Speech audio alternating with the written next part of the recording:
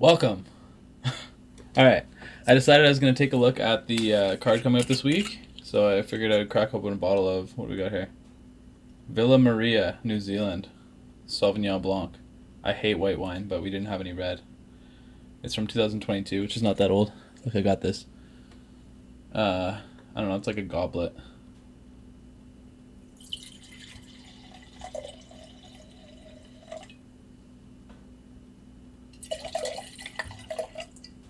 Should do. Alright, Villa Maria. 90 points on jamessuckling.com. Don't go to that website, boys.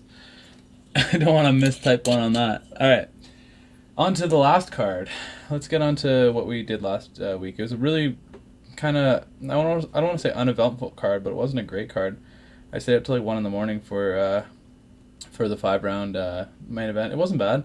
I definitely had Moreno losing 3-2, but I'm glad that Royval got the decision.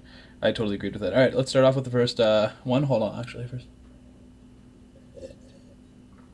Test out the Villa Maria.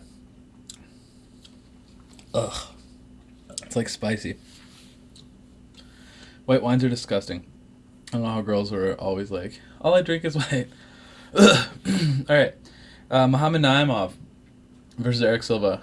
Not really much you can say there. Silva injured his leg, like, literally. Well, actually, you know what's funny? I was telling my brother, I was like, Naimov actually landed a really nice spinning wheel kick that I thought landed and made him kind of, if not stumble back, at least take a couple steps back. And yeah, he got his foot kind of caught in the edge of the cage where the canvas kind of ties in, and just they suspected his ACL went, which is really unfortunate. But what can you do? On to the next one, Moreno versus Felipe dos Santos. Dude, Moreno won that fight. Robbery. But we got it right, so we'll take it. Next one, Luis Rodriguez. Dude, my call of Dennis Bondar was good, I swear. So Bondar got himself into some good positions in the first.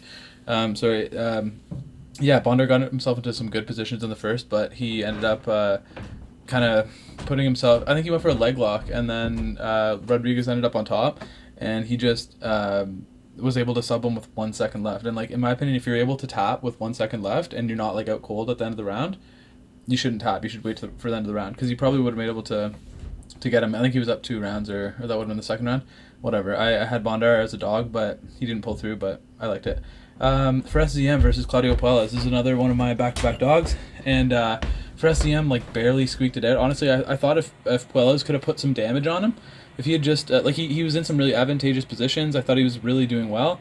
But the problem was that he got himself into good positions and he just didn't capitalize on them. You know, he got the takedown. He actually looked really strong and took ZM down with his, like, lanky French legs. And I thought he was going to be able to jump on one of those and wrap it up. But unfortunately, he just never kind of kicked it into gear. And I don't know if it had anything to do with altitude. I think the high altitude at this card, definitely at this location, it changed the way these guys fought.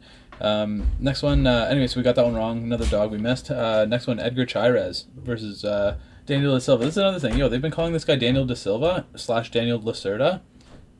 Pick, because when I'm looking these guys up, there's like a million guys that are like, they look exactly like Oliveira. They're from Shoot the Box. They come with they have the exact same tattoos. Their faces look exactly the same, and they have the blonde hair. And some of them are sick, and some of them are not that good. But whatever happened to that guy, Mini Oliveira? Was that Daniel Santos? Or, like, what was that kid's name? I forget. Anyway, so Chairez, we got that one right. So we went 3 for 4 so far. Jesus Aguilar, dog. Let's go. One of my dogs came through. 5 for 6. And then Christian Quinones was another dog that I went for. And Barcelos looked really good. Haoni Barcelos got it done. He won 2-1. What can you do? Picked that one wrong, but I was going for a lot of dogs. I was feeling like the dogs were maybe going to come to bark at high altitude, but, they were tired. All right, Manuel Torres. To me, that was an easy call.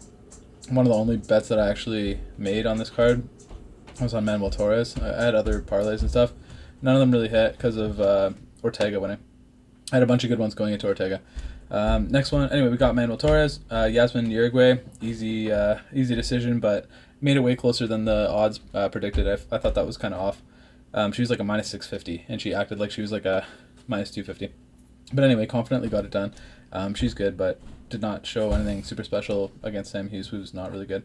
Next one, Daniel Zellhuber versus Francisco Prado. So, dude, Prado came to fight. I really respect that kid and how he... Mini Dober. Argentinian Dober. I was telling my brother, this guy looks exactly like Dober, and then he went out and fought exactly like him too, which I thought was funny.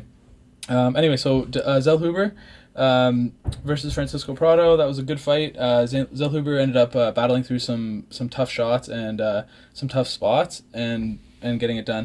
It was a good decision. He definitely won. I gave Prado the first round though, so it was 29-28. On to the co-main event. Brian Ortega gets the upset against Yair. Honestly, Yair had him so hurt in the first, and I thought he was definitely going to be able to finish him, and just didn't put the foot to the floor. And Ortega survives and comes back, and as soon as Yair got taken down, I knew it was going to be trouble. Ortega looked pretty heavy, and Ortega on the ground will get it done. He moved to full mount and then wrapped up a head and arm choke. It was really nice. Good for Ortega, but he you can't be fighting Ilia Topuria like that, right? Like Yair is really hard hitting, but he doesn't hit like Ilia. Like no one hits like Ilia, I don't think, in that division. Main event. I don't know why I always mess those up. Main event. Royval definitely scored 3 rounds on Moreno, and I actually put a just based on how the card was going, I put a live bet on Royval. Just not much, like just $40, but he ended up winning at like plus 280 or 290, so it was a decent little return. I don't bet that much money. I just kind of do it for fun. Okay, let's go on to the next event here. This is a good event. It's not like the craziest, but there's not very many fights. I actually heard just one got canceled as I was doing some research on this card. Vinicius Oliveira versus Yanis Gemuri, or Jamuri. That fight's got off apparently, which is good because I know the least about those guys on out of anyone on the card here. Okay, first one on the card, Abdul Karim Al-Selwady. So this guy, I went to go take a look at these two, and I think his name's Loik or Loki. I'm not sure. We'll call him Loki or Loik. I don't know. We'll call him Radzhabov. He's 17-5. I looked up some tape of him, and he like didn't look good because I only watched him for like 3-4 minutes, and he was just getting tagged, like just pieced up like crazy, and I couldn't believe how bad he looked on the feet. And I don't really know much else about him, but I then switched over to Al-Selwady, and only to watch him in the first 2 links on YouTube for him to get absolutely starched.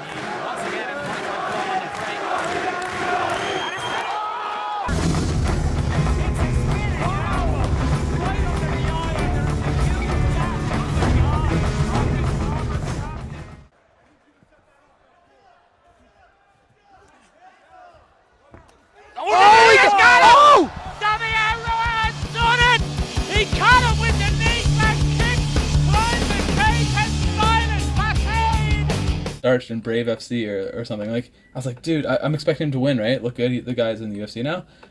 He's 15-3. Dude, I watched him get absolutely flatlined. He didn't look that good before it either. I'm like, okay, how's he gonna get it done?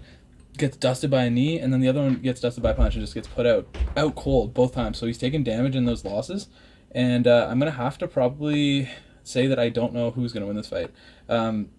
These guys are gonna show up and send it. I kind of want to look at their last couple.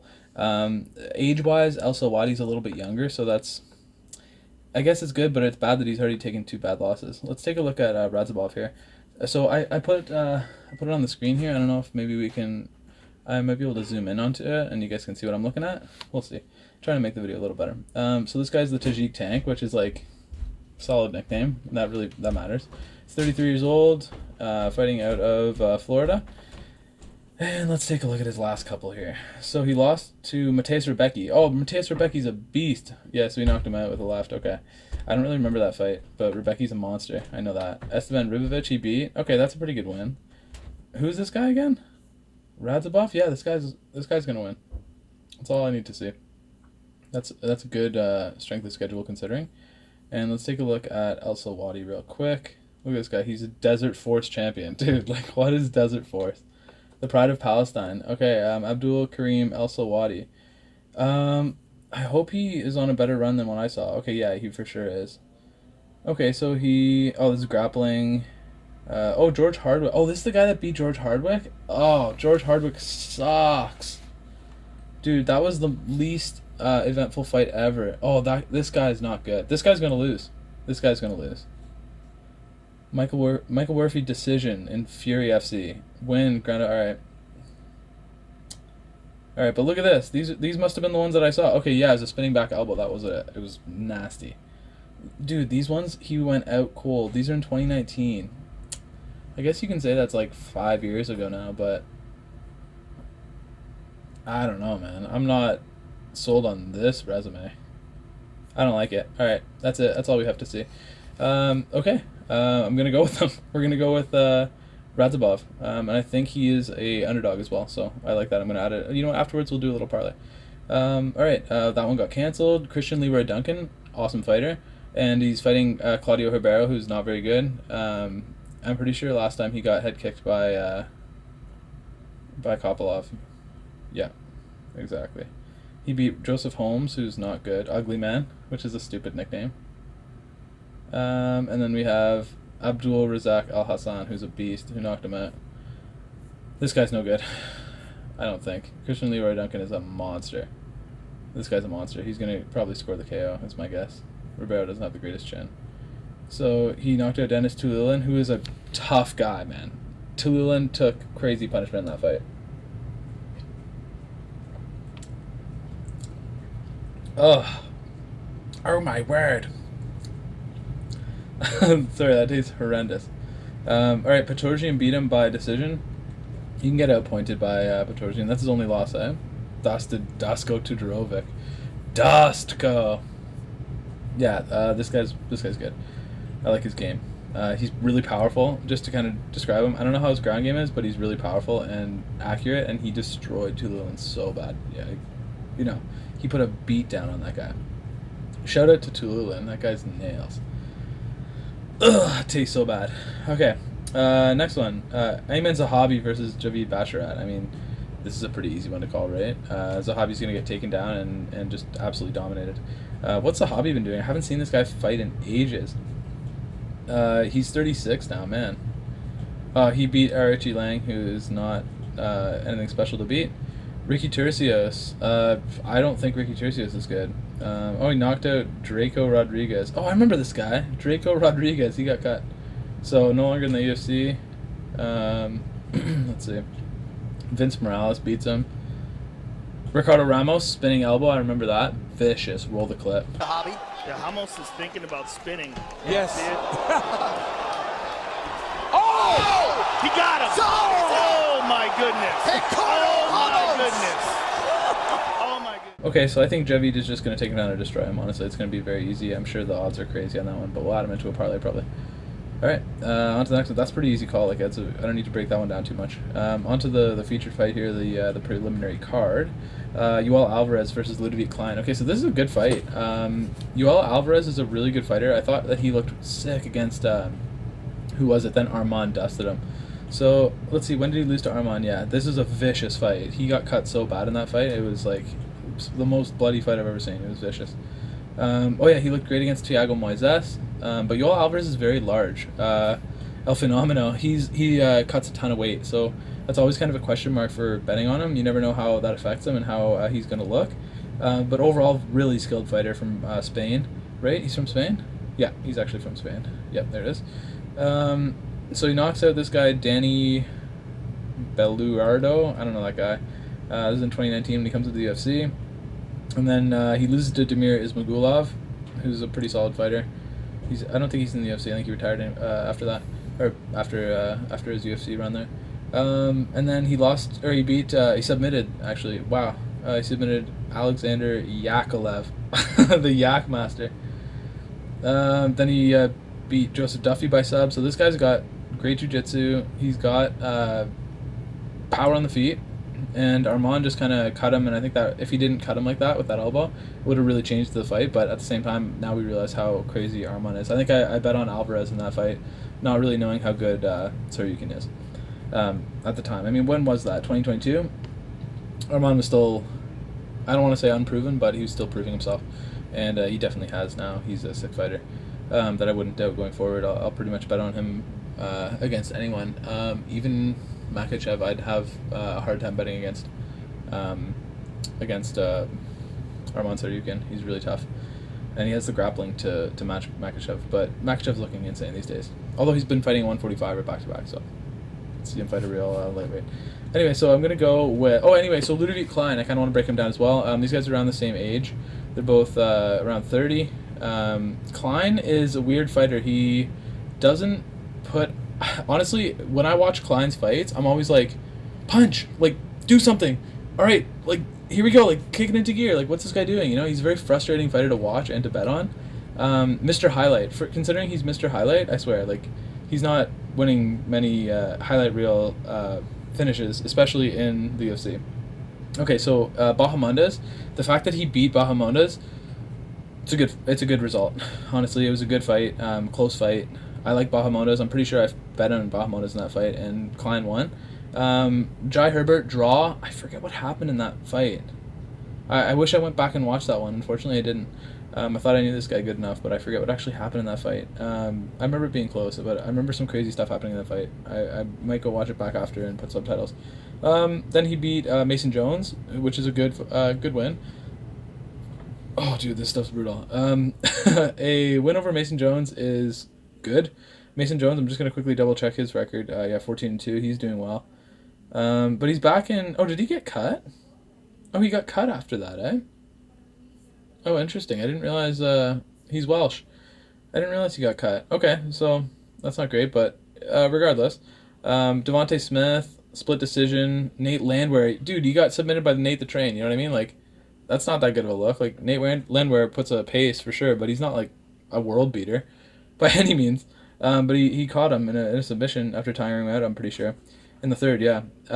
Lost to Michael Trezano. Like, dude, Mike Trezano. I'll never forget Mike Trezano. Him and whoever else, they start the fight, they both throw left hooks, and they connect, and they both get dropped at the beginning of the fight. A double knockdown. Roll the clip.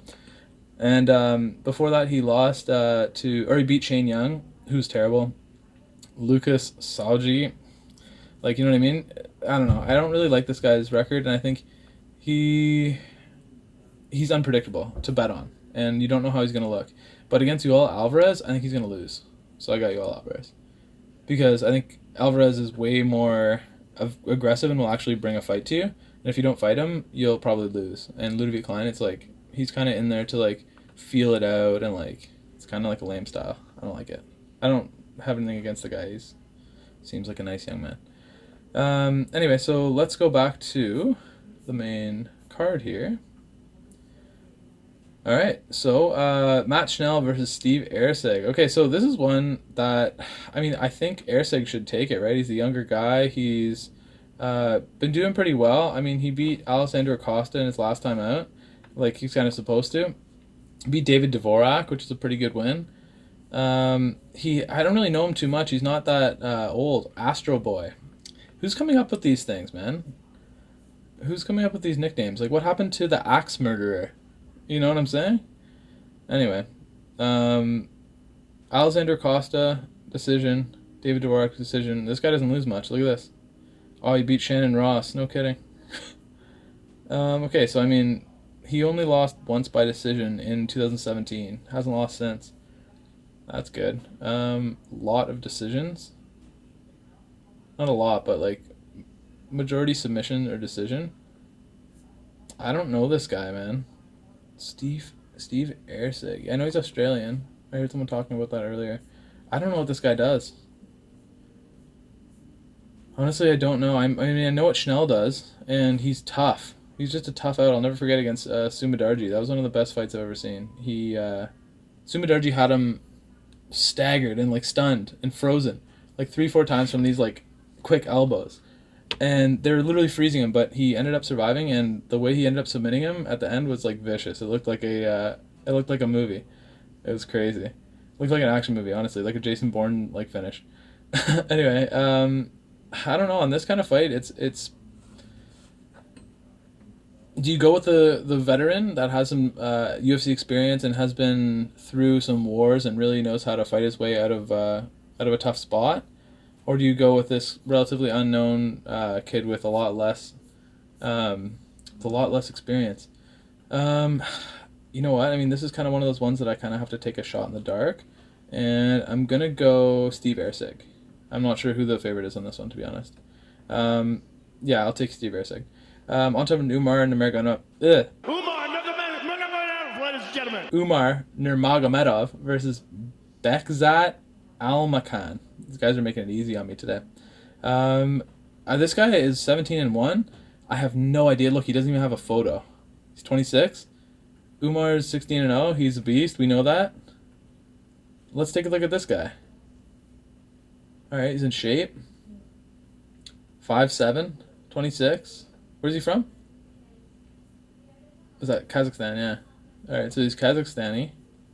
Let's see what this guy's been doing. What's he been up to? Last time, so he's been in Octagon fighting league or whatever. Okay. Knockout, head kick, knockout, win decision, win corner stoppage. Okay. Basically a TKO. High kick and refuse to fight. What does that mean? Like, you get high kicked and you're just like, I'm done. It's like it didn't even land that hard, but I'm done. I don't want to. That was too close. Too close for comfort. Okay, win by punches, win by decision, win by TKO. This dude hasn't lost in a while. He lost by choke in 2024, which is now, again, that's, between 3.5 and 5 years. Or, sorry, between 4.5 and 5 years. Okay, I mean, injury, referee stoppage, which is like TKO or whatever, right? Win, corner stoppage, win. Dude, who knows about this guy? 17-1. Dude, sprinkle. That's definitely a sprinkle. If I've ever seen one. Put Umar in all your parlays. And then sprinkle on this kid. Oops. This kid. Right? Am I crazy in saying that? I mean, I don't know what the odds are, but if it's past like a plus 500, I'm going to sprinkle. Yeah, I mean, Umar, we know that he's really good, and he's going to do his thing out there. He's a really good striker. He's probably going to knock the kid out. But who knows? I don't know this guy. Neither do you. That's why you're watching this.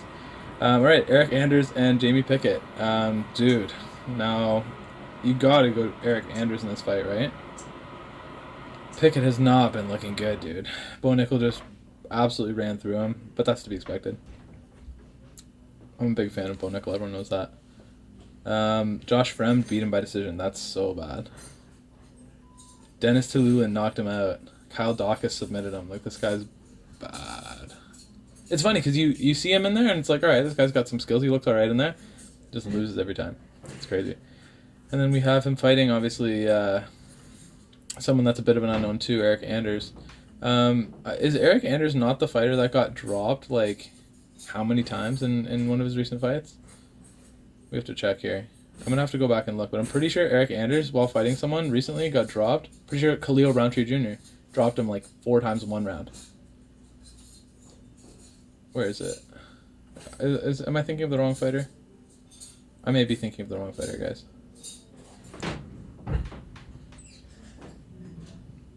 No, I'm not. Here we go. Khalil Rountree. Decision. May as well have been a TKO. He took more damage in that fight than a lot of fighters do when they get KO'd. Okay, let's go through. So since then, because that's in 2019. I kind of go back to like that 2020, 2019. Pre-COVID, it matters, but like current COVID, it's almost like a new era of UFC afterwards, after COVID. Kind of strange. Anyway, so he beats Gerald Meerschaert, the GOAT chart, which is honestly a good win. What was that? Oh my goodness, something just exploded upstairs. I know you could hear that. You're definitely going to hear that. Anyway, hope everything's okay up there. Anyway, so Eric Andrews gets a KO over this guy, who knows, probably not in the UFC anymore. Khalil Rountree just beats him. Badly. He beats Christoph Jocko. I guess that's actually a pretty good win. Jocko's kind of tough. Andre Muniz submits him. So Andre Muniz went through this little run on like the early 2020s where he was just like looking unstoppable. He dusted Jacare. He submitted Andrews. He submitted a couple people. And then he kind of dropped off a bit, but I'm pretty sure in his last fight he looked really good. But is that true? Andre Muniz, did he win his last fight? I think he did, right? Oh no, you know what? Brendan Allen submitted. Oh, that's right. Brendan Allen submitted him. But I mean, he's still at the top of the division. Paul Craig did knock him out. He's not doing that good. He's not that good. All right, he's not that good. I was right. He is like sliding. Anyway, Eric Anders after that. Darren the Dentist Stewart, no contest. Remember that. Then he knocks out Kyle Dawkins, which a lot of people knock out Kyle Dawkins and Chris Dawkins. Those guys ended up not being good. They came in with a lot of hype, the brothers, and then they just ended up not being good and taking a lot of damage. Jin Park beat him by decision. The Iron Turtle, dude, great dog to bet on. The Iron Turtle always brings it. Marc-Andre Barrios, same thing. Powerbar got him. Decision. I think he gets the win here. I think he's going to pull it back on track. And I think your boy, Eric your boy Anders, is going to get another win. He's 15-8, but a better fighter than your average 15-8, that's for sure. All right, let's go to the next fight here. Sorry, I have to keep going back because I click on a fighter.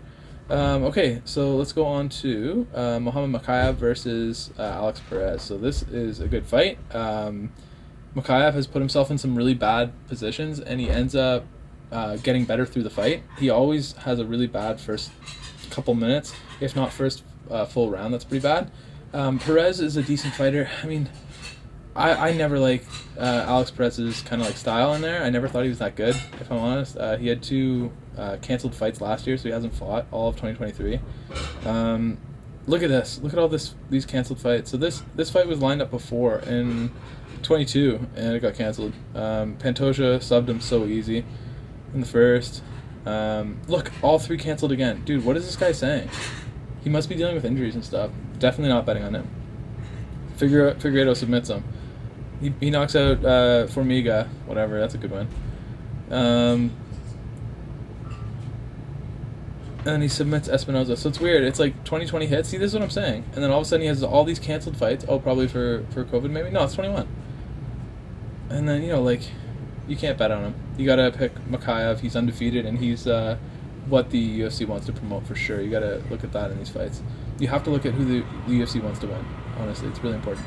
So Mokaev, I have the win for sure there. I could see him getting a submission later round, second, third round. On to the co-main event, Vitor Petrino versus Tyson Pedro. Okay, this is a cool fight. So Petrino's been looking real tough. He knocked out that guy on Contender Series, and then he got a vicious win last time out against Modestas Bukauskas, right? Who's, not good, right? Not bad, not good. I had him to win that fight, and he did win. Before that, he submits Marcin Prachnio, which is a good win. Having seen how Prachnio looked out the last time, he got that really good win over Devin Clark, who's a pretty decent fighter. Clark, he's a tough guy to beat. And then this is the one he beat Anton Turkali. What's that guy's name? Pleasure Man. Like I said, who's making these fighter nicknames? Like, they need to be fired from the camp. Anyway, I do think that Vitor Petrino can get the KO over Tyson Pedro, who's not like that good, but I actually am thinking that Tyson Pedro is underrated. So if we look at Tyson Pedro's career over the last little bit, it's been a little bit up and down, right? Speaking of the Pleasure Man, he knocked him out. That sounds so weird to say. He knocked out the Pleasure Man, and it was a pretty easy knockout to get. Turkali is not good. He's not good at all. And then Modestas Bukauskas beat Pedro. So I think if Bukauskas was able to beat Pedro on the feet, that Petrino probably has the advantage on the feet as well. And I'm honestly, this is one that I wasn't sure. I was kind of going to talk about it right now and make my decision. I just want to look back through his record a little bit more. Harry Hunsucker is a nothing win. I could probably KO that guy 7-6. What a solid record. Ike Villanueva, 18-14. Dude, brutal, salty records. I know he struggled with a lot of injuries. So he was losing a lot. Who's this guy? You know what? Tyson Pedro is just one of those guys that you don't know what you're going to get. I feel like he's going to get the win here, but if Petrino drops him on his ass and puts him away real quick, I definitely will not be surprised. I have to go with Tyson Pedro. I don't know why. But I'm just feeling it. If that makes sense. Sometimes you just have to go with your gut instinct. Actually, you know what? I have to, before I confirm that, I need to think it through and take a look at their height and reach. So yeah, Pedro's taller and has a longer reach. I'm gonna go with Tyson Pedro, man. I think he gets it done. And plus, that one KO where he knocks the guy out and then he goes hi-ya with the invisible sword. I thought that was pretty cool. Okay, main event: Rozenstruik versus Shamil Gaziev. So, Oh, it tastes so bad. How can anyone like drinking this? It tastes so bad. It tastes sour and bad. Anyway, the main event. Jairzinho Rozenstruik versus Shamil Gaziev. I like Shamil Gaziev in this spot. We just saw how Almeida was able to take Rozenstruik down and dominate him right away. I think Shamil's only downside is his cardio. He's a massive guy. Huge dude. And if you look at his... Here, we'll bring up the stats. So, he's 34. I thought he's a bit younger. But he's been fighting over in some random organizations for time. Probably just juicing up over there. Jairzinho's been over here, and he's just not doing that well. I saw an interview with him today. Actually, that was how I realized that he does speak English. I thought he didn't speak English. Dead serious. And if he didn't speak English a couple of years ago, he speaks like perfect English now. So hats off to him, if he learned. But yeah, he's like, he's one of those guys that almost accepts defeat. He knows he's kind of like one of the higher names on the roster, and he knows that he kind of has a job to show up for big events and kind of put on a show. And honestly, he just doesn't have any work on the ground. He came from a kickboxing background, and it really shows. I mean, when he gets, it's not even just necessarily when he gets taken down, but it's like he doesn't have any ability to keep the fight at range. And like, he has these kicks, like, even remember the Ngannou fight? Like, he had those like little outside kicks, and he's just getting like charged at, right? So I think Shamil's got the physicality just to absolutely battle his way through. He doesn't have the mileage on him. He's 12-0, undefeated, hasn't really taken any big punishment except for this one fight. I'll try to bring up a picture, but he was pretty like bloodied and battered, and he ended up getting the guy out of there with some like vicious knees at the end. He's a vicious dude. He's from Dagestan, and he's fighting out of Bahrain. He actually has the support of the Bahrain government, which is interesting. He shouted them out after the last win, so that's interesting to see. So there's a lot of people behind this and a lot of money behind this guy. They're probably giving him the best training camp possible, and I think he's going to go out and take him down and probably get a ground and pound stoppage, if not a sub. Rozenstruik, I like the guy, but he's just... I mean, it's weird that he keeps getting main events. Like, I don't even see him necessarily as... I mean, he's obviously UFC caliber, but he's not like... I'd rank him like in the 10 to 15 kind of range. Or that's not fair. 5 to 15 kind of range. But I don't think he's a top 5, and I think they keep giving him top 5s. And he just can't handle them.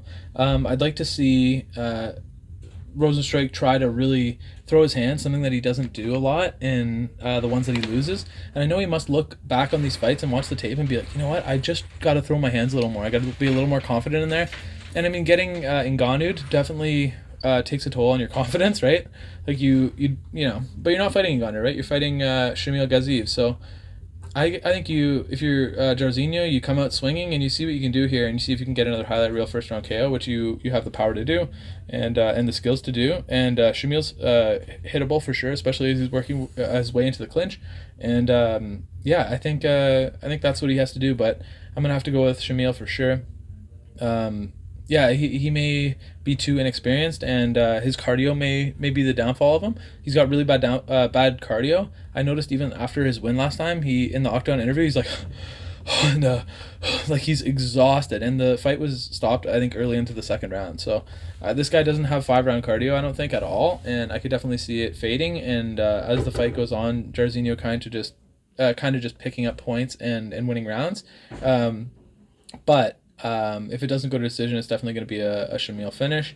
And Rozenstruik isn't necessarily known for his cardio anyway, so I think Shamil should be all right. Shamil's going to be able to take him down, and if this fight goes long, though, I wanted to say, if it goes long, it's going to be trouble, and Jairzinho is probably going to have the edge, being the more technical kickboxer, having that background, but Jairzinho Rozenstruik isn't necessarily known for his cardio, so you know what I mean? So I think Shamil's going to be able to get it done. You know what? I think we should just probably go to some bets. I don't know about you, but I'm feeling betty. Perfect. Okay, so what I'm thinking here is Christian Leroy Duncan's going to get it done. Javid Basharat's going to get it done. Minus 620. Dude, I didn't even realize that. Shamil, minus 156. Wow. They're giving Rozenstruik a good chance. I don't think I agree with that. Mokaev, I think, is going to win as well. So right here we have a 4-legger that I like.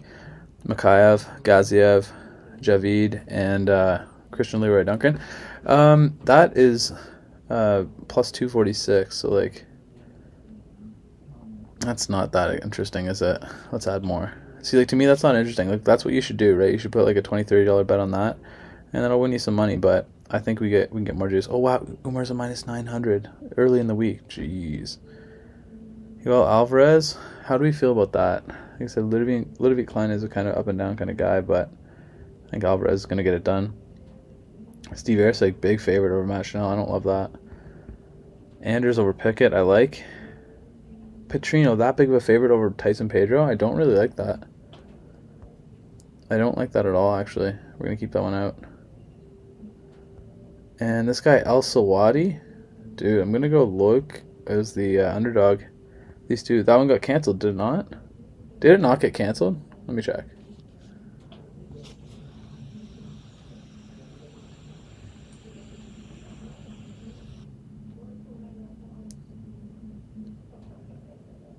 Is it still showing up or what?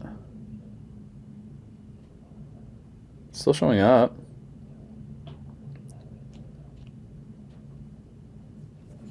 Vinicius Oliveira, hold on. Oops. Oh, it's not even close. There we go. So, I just want to see the news. Oh, okay. It says he needs a new opponent. I don't know, man. Is this fight still on?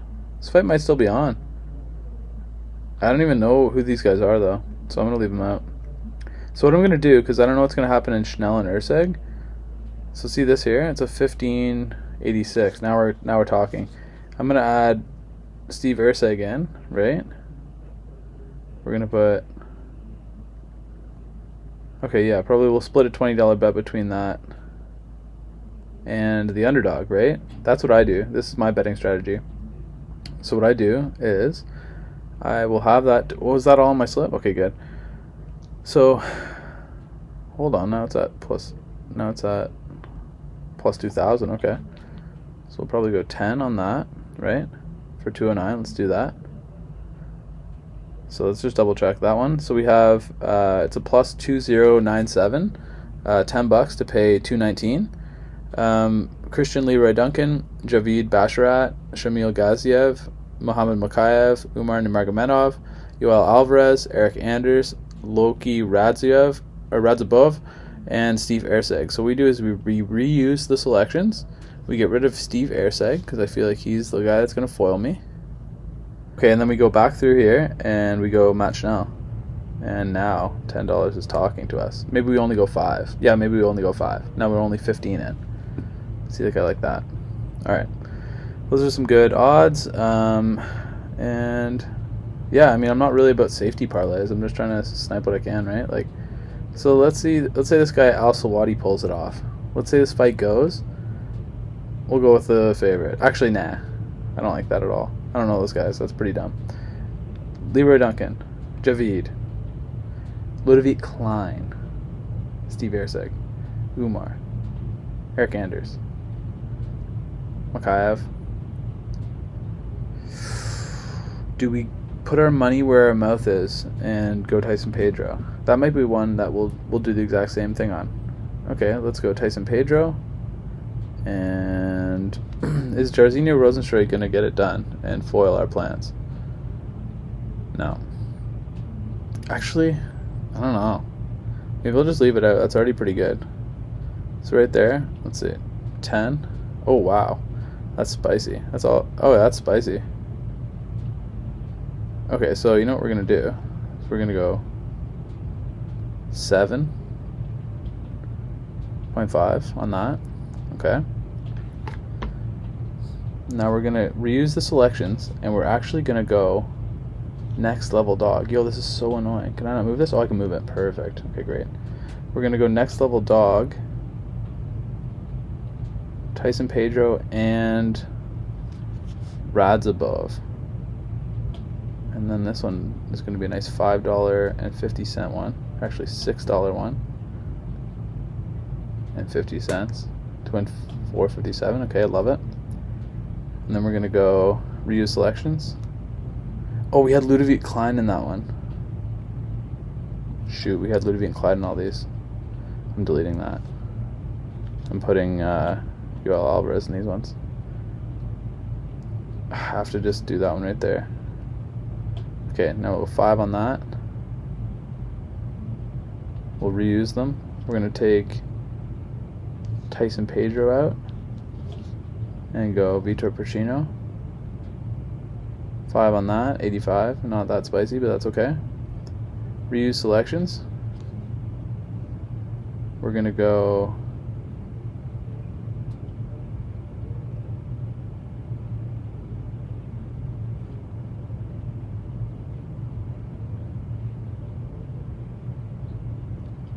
Tyson Pedro in with this one. Let's add Shamil in there. 5 for 341. I like it. Alright, boys. That's it. Let's call it. That's it. I'm calling it a day. It's over.